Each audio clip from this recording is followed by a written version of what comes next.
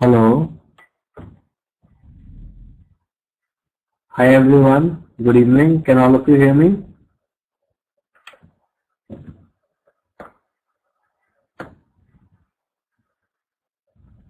Okay, fine. So, thank you for attending today's class. Very few students has joined today, only 4. Where are rest of the students? I think today is a weekend over there, so then they should join the class. Anyways, that's no problem. So the topic that we are going to learn today is IT Act 2000. That is the Information Technology Act 2000. And that we will see about digital signatures, right, which are used nowadays, electronic governance, right. So, do you want me to wait for a few minutes for everyone to join, or should I start? What do you want? There's only 4 of you have joined.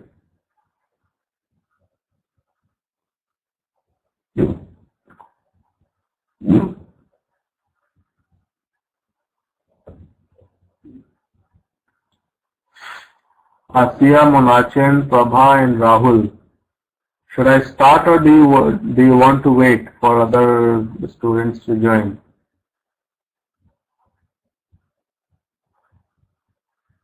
Okay, Monachan says start. Okay, fine. I will start. Okay, fine.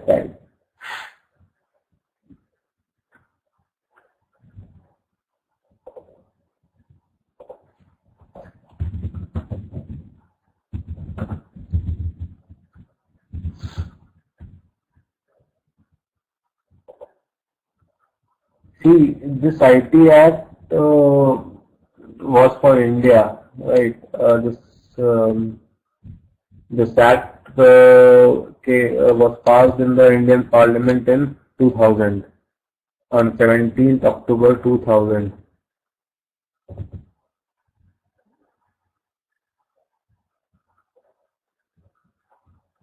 With few amendments being done later on. Okay, now let's see together. What is this act all about? An act to provide legal recognition for transactions carried out by means of electric data interchange and other means of electric communication, commonly referred to as electronic commerce or e-commerce. I hope everyone is familiar with the concept of e-commerce, right? Which involves the use of alternatives to paper-based methods of communication and storage of information to facilitate electronic filling of documents with the government agencies, and further to amend the Indian Penal Code, the Indian Evidence Act 1872, that is the Bankers Book Evidence Act 1891, and the Reserve Bank of India Act 1934, and for matters connected therewith or incidental thereto. Okay, now everyone answer one question. Why do we need to fill electronic data, and there is a requirement of transferring of data online? Why is it helpful? Why is it required as compared to paper-based work and sending the papers through couriers? Safe and fast. Okay. Other method was also safe, Rahul. We can say fast, that is correct. Also, online data are much more organized, and it is much easier to find them by giving the user commands. Right, instead of going through all the files manually. So we can say it is fast process and data are much more organized. Okay.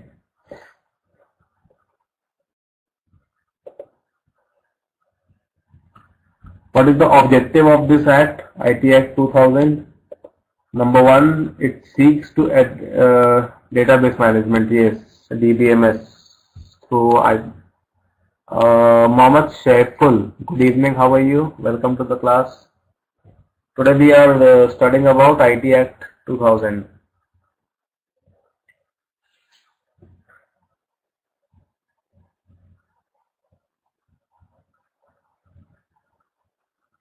Okay, fine.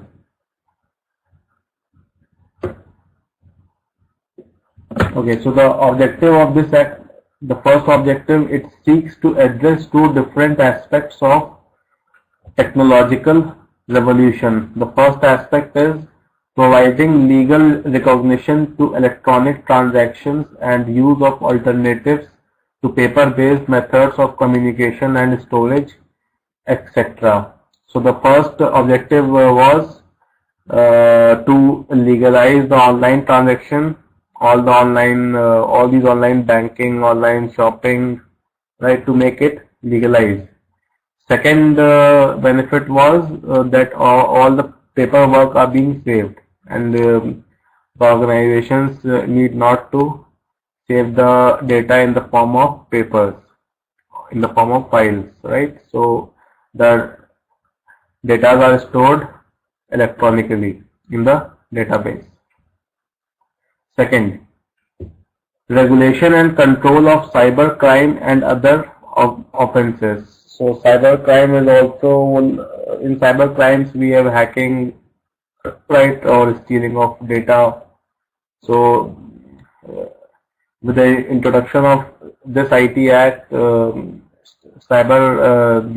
stealing of data becomes a crime. It got recognition as a crime, which is called cyber crime, and there is a penalty for it.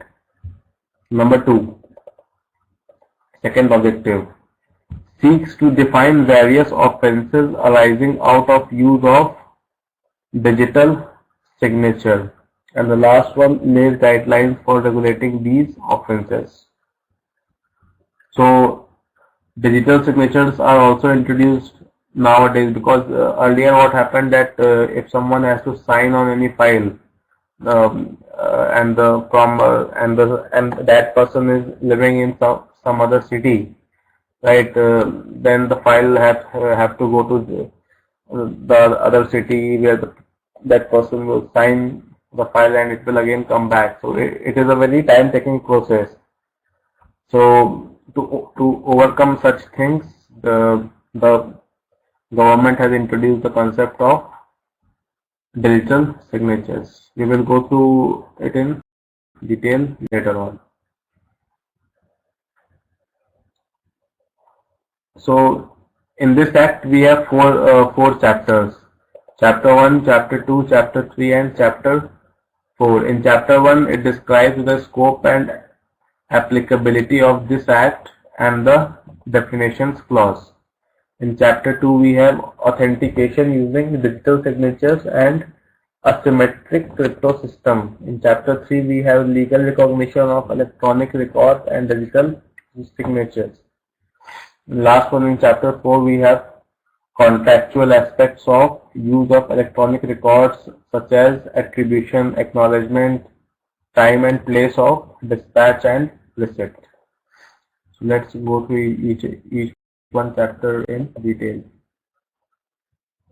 Okay, sorry, we have more chapters. We have till chapter number 13. In chapter 5 we have presumptions available to secure electronic records and digital signatures. Then in chapter 6, 7, and 8 we have legal framework within which, right, so you can Google them and find and go through these chapters in detail.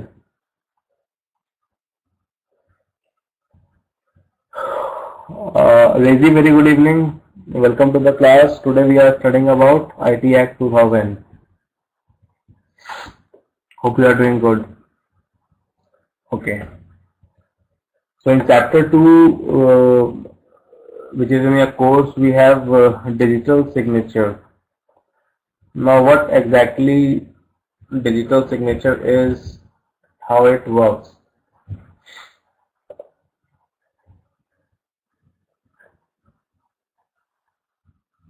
Can anyone tell me what is a digital signature?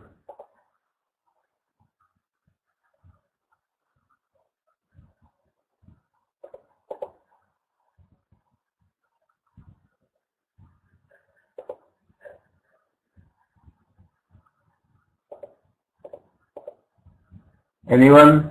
No one?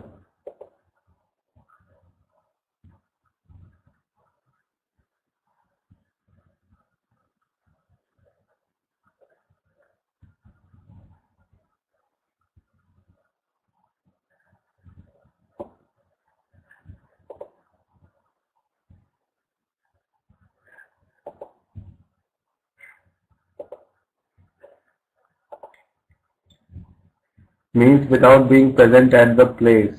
Okay.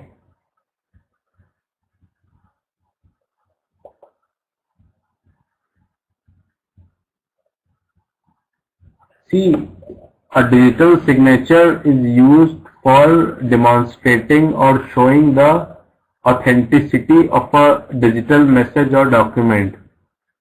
Right? All these important mails or documents that are exchanged over email, right? Or through some other means online. There might be a possibility that someone do mischiefs with these documents. So while sending some important document, at the end the concerned parties do their own digital signatures, which are then verified at the other end. That is why it is introduced.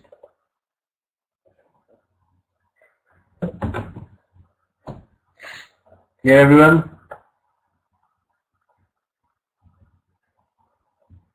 A valid digital signature gives a recipient a reason to believe that the message was created by a known sender, such that the sender cannot deny having sent the message. Right? Once one party send the message to the other party, right? Then for the other party to believe that it is being sent by the correct sender, they look at the digital signature. Like in our daily lives, whenever we receive any document, any important document like offer letters or any other important documents, we always find the signature of the authorized person. Similarly, when transferring data online or messages online, we always find digital signatures at the end of the document. Using some algorithm to encrypt data. Yes, correct.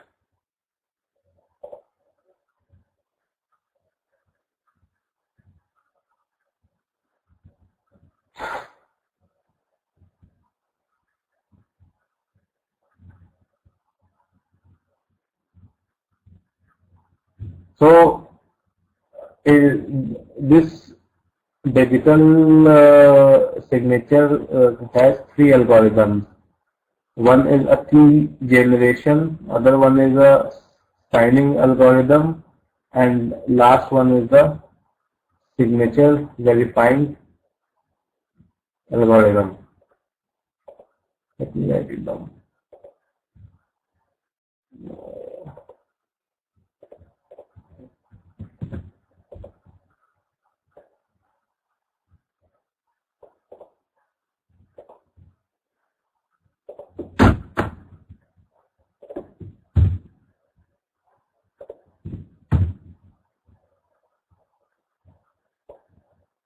These are the three algorithms. Let me yeah. Can all of you see what I've written on the board?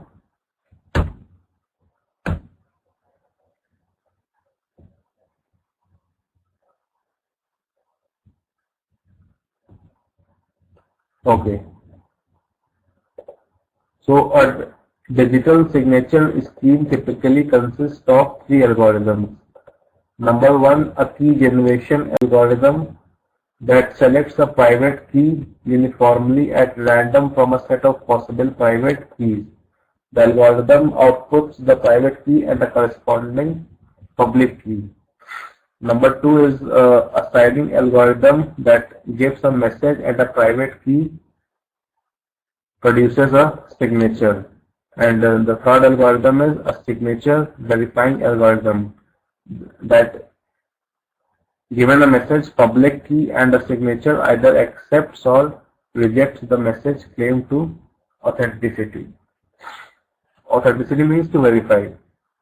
Two main properties are required. First, the authenticity of the signature generated from a fixed message and fixed private key can be verified by using the corresponding public key. Secondly, it should be computationally infeasible to generate a valid signature for a party without knowing that the party's private key.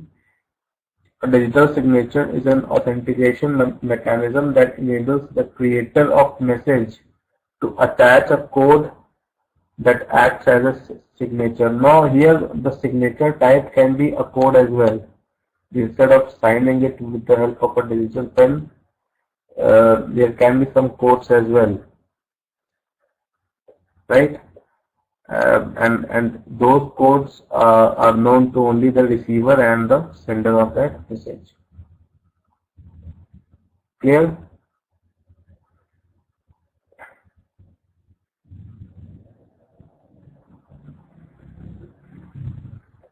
Okay. It is formed by taking the hash of message and encrypting the message with creator's private key.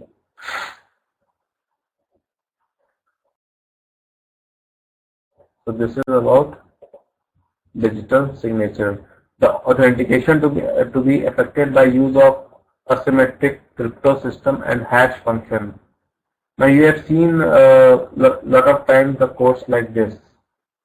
1 second. Let me write it down. Where is the hash key? Yeah. How many of you have seen like this?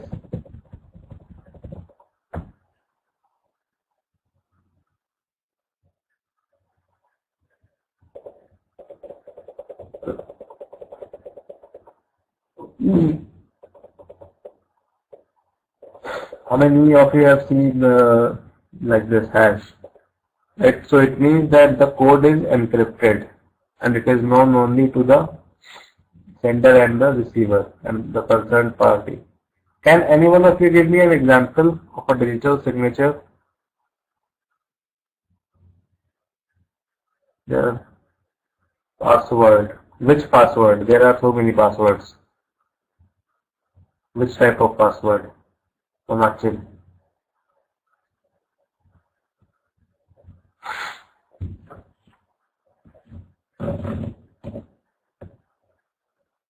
Authentication password, bank password, yes, very good.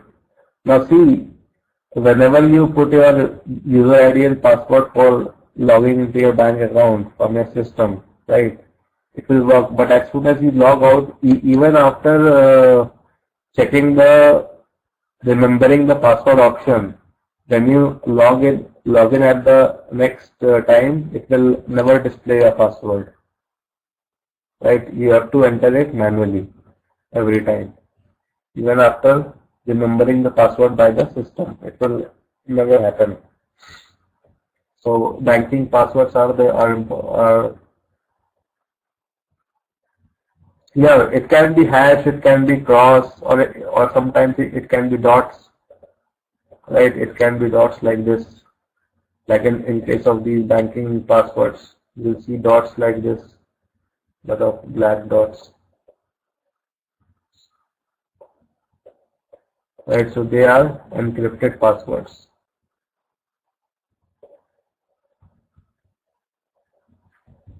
CAPTCHA, see, CAPTCHA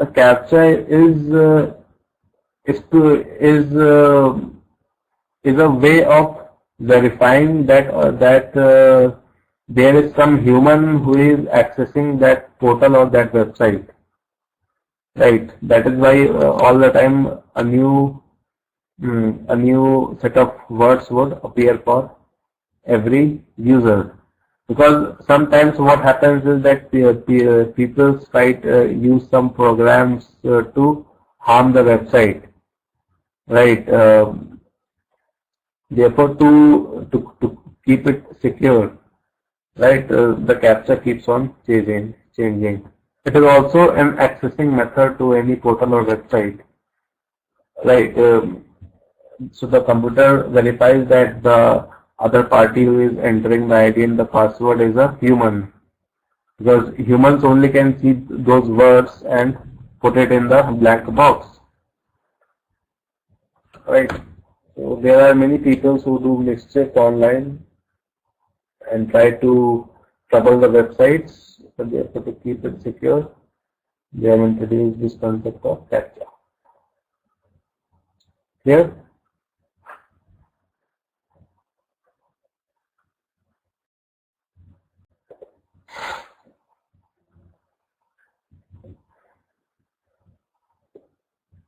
Next is electronic governance.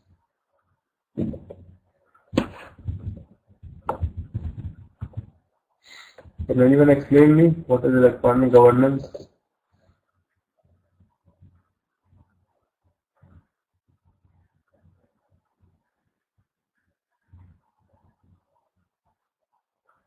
It is also known as e-governance. It is very popular nowadays.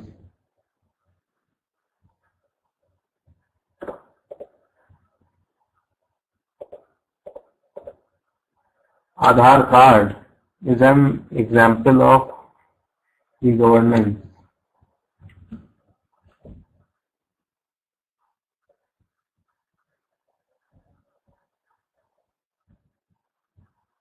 See, there are many services, right, like transferring the subsidy directly to the consumer's account, to get away with the middleman people who digest the money in between during the whole process, or to transfer the scholarships directly to the students' accounts, right, to save the money from the middleman, right. So for all such purposes, the government has introduced the concept of e-governance, or for taking the people's suggestion, or for involving the general people in decision making of the government. For all such things, e-governance is used. Clear? Aadhaar card is what? Like in US, we have social security number, right? Each citizen has their own social security number. In the same way, in India, we have this Aadhaar card, where each individual will have their own this Aadhaar card number, which they can link with their bank accounts, right? So all the government related schemes will directly reach to the beneficiary, and there will be no role of the middleman. Clear?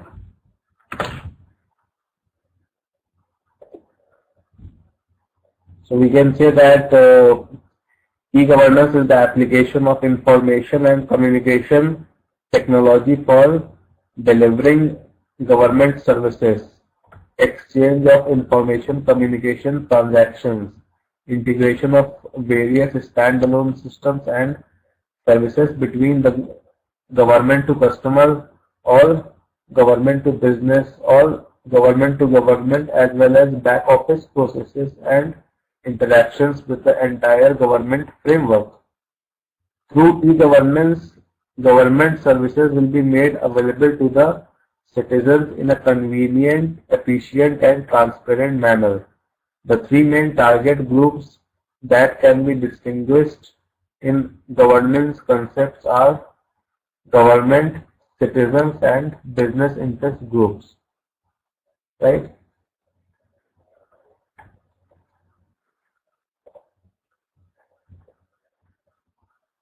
Okay. So we have legal recognition of electronic records, legal recognition of digital signatures, use of electronic records and digital signatures in government and its agencies.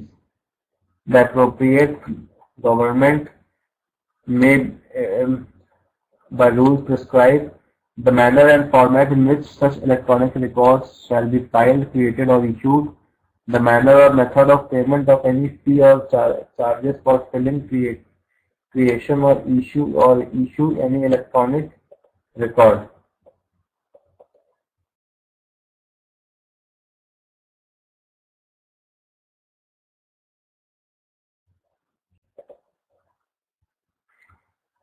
Retention of electronic records, publication of rules, regulations in electronic gazette, section 7, 6, 7 and 8, not to confer right to insist documents should be accepted in electronic form, power to make rules by central government in respect of digital signature.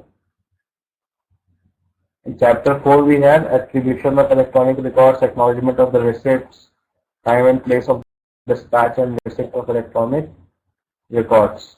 Then in chapter 5 we have secure electronic records, secure digital signature, secure security procedure.